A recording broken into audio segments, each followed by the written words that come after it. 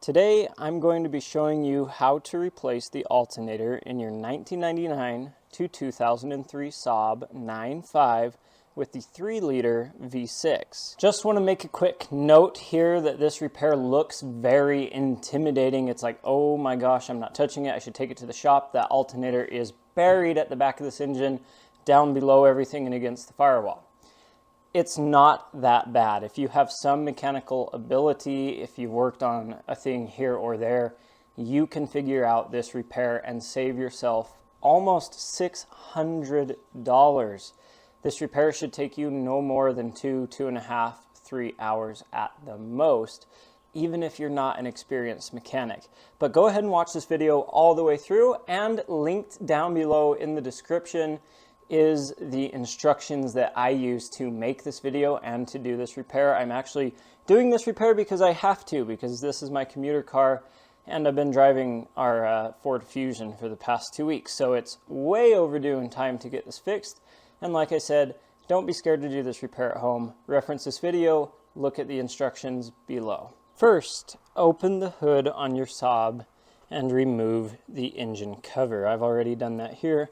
It's sitting aside over there. Second, you'll want to remove both battery terminals. Mine takes a 13mm wrench, and my car's been worked on so much I can't tell you if these are the original posts or not. But I'm going to remove both of them and set them aside to where they're not going to come back in contact with the battery. Next thing I want to do, and very important step, is open up the car and set the parking brake. I don't want this thing rolling forward when we lift the front end. Now I'm going to take a 17mm socket on the end of my breaker bar, and I'm going to loosen up all of the lug studs on this wheel. Then you want to lift the car with the jack and immediately put a jack stand underneath. We will then remove the tire and set it aside. Most likely your tire is going to be frozen to the car, so you'll have to get a rubber mallet.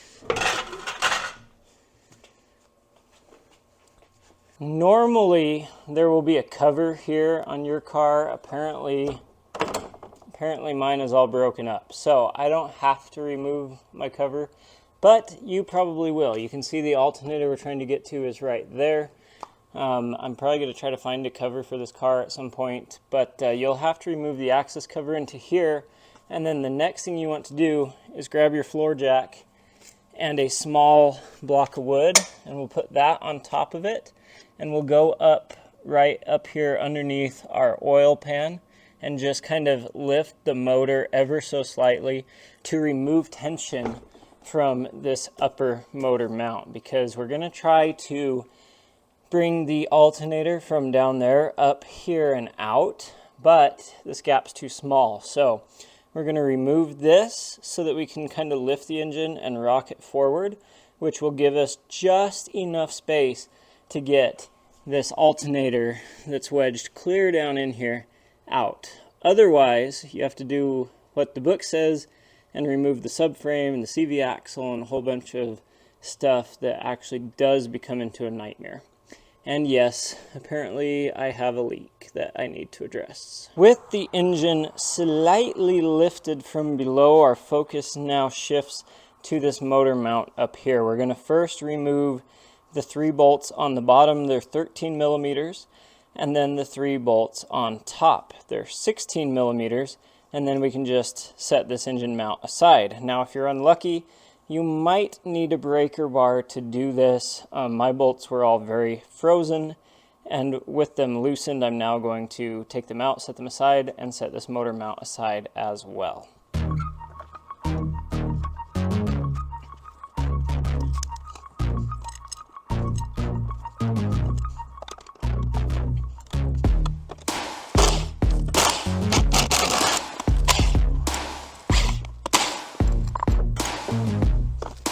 For this next part, we need to remove the serpentine belt and the belt tensioner. So to remove the belt, you get your breaker bar, your flex handle, and a 14mm socket. Put it right on there and then pull it towards the front of the car to loosen the belt. I'm going to be going back in with all new stuff, only because I know my belt tensioner is bad and it makes bad noises in the winter, and then I'm also going to be putting a new belt on with that. But if your belt is good, make sure you mark the direction with a Sharpie, maybe a little arrow on there so you know which way to put it back on, because if it's a used belt, you don't want to flip it. You'll be replacing it later on the side of the road. And also, while we have the belt off, we'll check all of our idler pulleys and the tensioner for play, for bad bearings or dry bearings. Any of those issues should be replaced now while we have the car apart. This is your tensioner and how it sits in the car. So you can see the two 16mm bolts you have to get to are at the back of this tensioner. They don't go in from the side or anything like that. So kind of tricky to find them bolts. The instructions just say to remove them. They are clear back here, and they're these bolts right here where my finger's pointing, right above the alternator. You can clearly see we have to remove this tensioner to get the alternator to clear. So remove those two bolts. They might be really hard to remove like mine are, and then once they're removed, you can pull this tensioner out. We have the tensioner out of the way, and I set it aside. Somewhere there, I set it aside. I am gonna remove this block as well. The instructions show a picture of this block removed, but they don't actually say to remove this block. I am going to remove this block because I'm putting on a new belt, and that's the only way to put on a new belt. And there are 4 16mm bolts on it. The one down there might be a kind of a little bugger to get to. The rest of these will be pretty easy. And these must have kind of a high torque spec because they're hard to get off. So I'm gonna, now that I've broke these loose, I'm gonna go ahead and remove them, remove this block out of the way and get this old belt off and thrown in the trash. And then we will get into our alternator. Another thing that occurred to me while I was removing this block here is that the instructions say that you must have a 16mm wrench to do this repair. And you do to get this off, but most toolkits don't have a 16mm wrench, and that's because a 16mm wrench is essentially a 5/8. So this is in fact a 16mm bolt, no doubt, 100% 16mm bolt. My engine's been removed and replaced like twice before, so these bolts are a little worse for wear. You can see that the 5/8 is really close. Essentially a 16 and a 5/8 are the exact same thing. And if you use them properly, you're not going to round your bolts off. Now this bolt here was really stuck, and there's no good way to get a breaker bar in there or flex handle or something, and I'm going to have the same problem with the one down there. Then I remembered I could take 2 of my end wrenches and put them together just like that to give me the leverage that I needed. So there's some tricky spots in this car, some tricky situations with bolts, but they are very workable. So like I said, you can lock your end wrenches together, have that for leverage. You don't have a 16mm wrench at home, you can have a 5/8 that will work just fine. Just be a little bit more careful when you're using it, but you'll get through this repair absolutely okay with just your standard toolkit at home, and then of course a floor jack and jack stands. We have all of that now removed. We're going to check all this stuff for play. This one's got actually a little play in it. I may consider replacing that. Water pump feels okay. The next step here is to remove the air cooling duct that runs from the back of your alternator out around it, and I no longer have that apparently, but your car probably will. For the next step under the car, you're going to need your 16mm wrench, a 13mm wrench, and an 8mm wrench or socket, and a work light because it's dark under there. Here is our view from underneath, so it's going to sound complicated, but it's really not. We have 2 bolts here that we can see that hold the alternator on. They're both 16s, and as far as I know, they're the only 2 holding it on.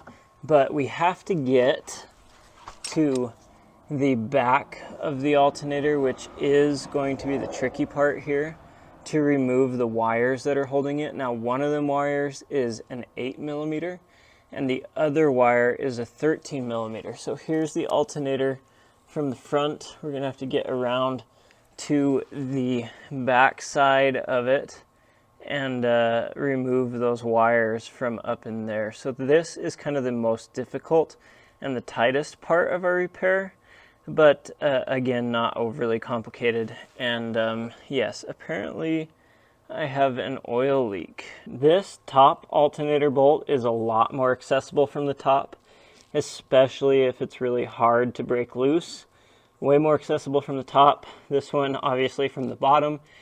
And you can use a 16 millimeter socket on both of these, which I would highly recommend over the wrench. Also, to find the back of your alternator, we're just gonna follow the downpipe up, and it should be right up there off the manifold. I did make a discovery that will help you out immensely. So this is the new alternator. And look, the bolt doesn't just slide through and bolt into the block. They have a nut on the back side of them. I hit a snag with my car.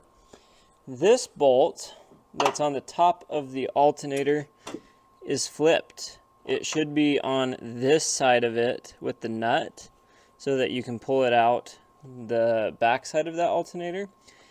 But it's not. It's been flipped around. So now when I try to pull this bolt out, it hits the frame rail.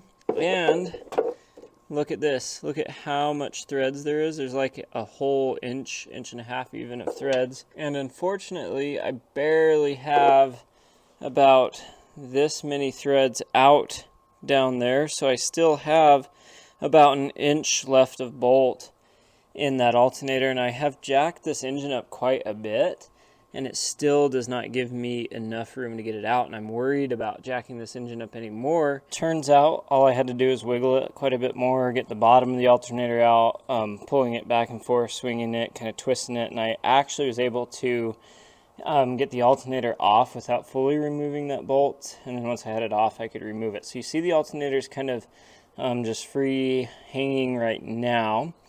I let the engine all the way down off the jack, and I did that slowly, carefully. It just kind of falls down, and then the instructions suggest removing this cover from the wiring harness because you should need the clearance. So this part takes two people. What you're going to want to do is get a pry bar in between the CV axle down there and the subframe of the car, and you're going to push the engine forward. And then, supposedly, we can get a hold of that alternator and just lift it right out of here, take the new one right down, put that bolt in this way, put the bottom bolt in that way, and we should be good to go. So, here we go. Get that bar in between the CV axle and the subframe, and then push it towards the car, and watch what happens when I push it. Pretty hard to see, but the whole engine slides forward a good inch or two. A little while later, but we managed to get the old alternator out. It is a Bosch, that's its part number. We're going with an AC Delco. A refurbished unit should be good to go. Now the best way I found, obviously I broke the casing a little bit, which I hope going in we don't do that.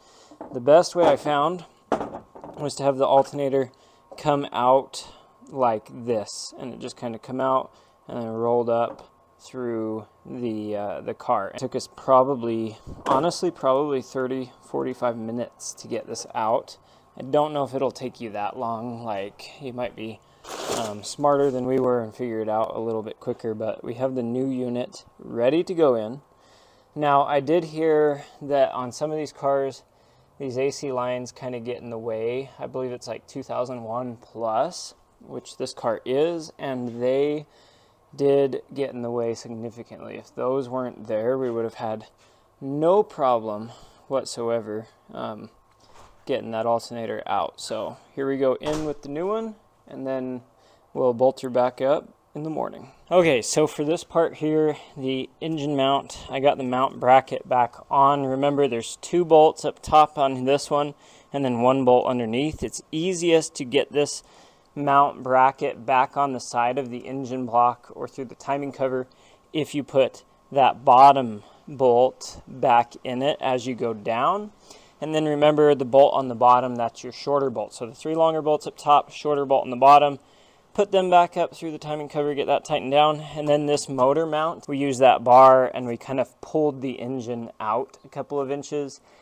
Every time I let off of mine, my engine would go back, but its motor mounts are also pretty new. If your engine doesn't go back, there isn't a need to push it back, because when you re-lift this engine, it's going to rock it back for you and everything should be in line. Now, it's easiest to get this mount on without the bolts in place. So I kind of set the mount in place, I get everything lined up. I did these 3 bolts first on the side of the engine block here, and then I'm coming up and I'm doing these bolts here. So I have these bolts in, they should go in nice and hand loose or hand tight to start with, and then we'll just tighten them back down. You can see my brand new belt there with the new tensioner and then the new alternator looking sharp down below. We should be ready to run the car at this point, but make sure you take a second to look over everything, and if you've unplugged vacuum lines or wires anywhere, maybe for clearance with the alternator or just ease of removal of anything else, now is the time to check that and make sure everything is back on. Make sure that you put the wires back on the back of the alternator. Make sure that all these other wires are out of place of the serpentine belt. Your hoses are out of place of everything as well. And if it is and everything's buttoned back up and put together, we're going to go ahead and put the battery clamps back on the battery. Another thing that you may want to do right now is put back on the little cover down here and put your wheel back on and tighten all that up. You can even let the car down if you're uber confident that that was the problem and everything's going to work out just fine. We have everything buttoned back up except for the engine cover on the car, and I do have my battery charger on it because I never charged the battery after this whole ordeal happened. So I'm going to go ahead and start the car. We're going to remove the battery tender, and then we're going to put the battery tester on it to see if we are indeed charging now.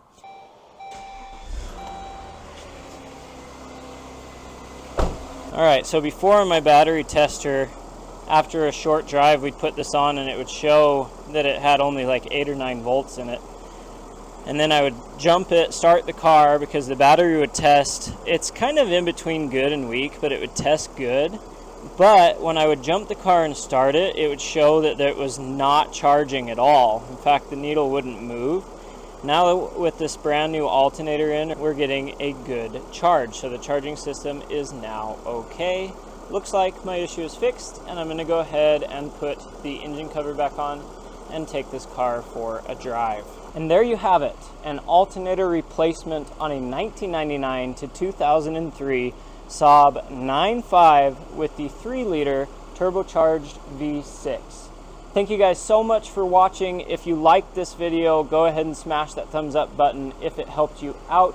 And if you haven't already, subscribe to the channel, because I have more great content coming out on this particular vehicle right here. Very soon, I've got to be swapping the very leaky valve cover gaskets on the top here. We're going to throw in some new spark plugs. I absolutely love this car. I've toyed around with the idea of selling it, of letting it go and getting something else that might be a little bit more financially responsible. But as long as I can make content on it for you guys, I can totally justify keeping it and enjoying this wonderful 23-year-old Swedish luxury brand still today. So again, like this video and subscribe to the channel if you haven't already. Thank you guys so much for watching, and I'll catch you in the next one.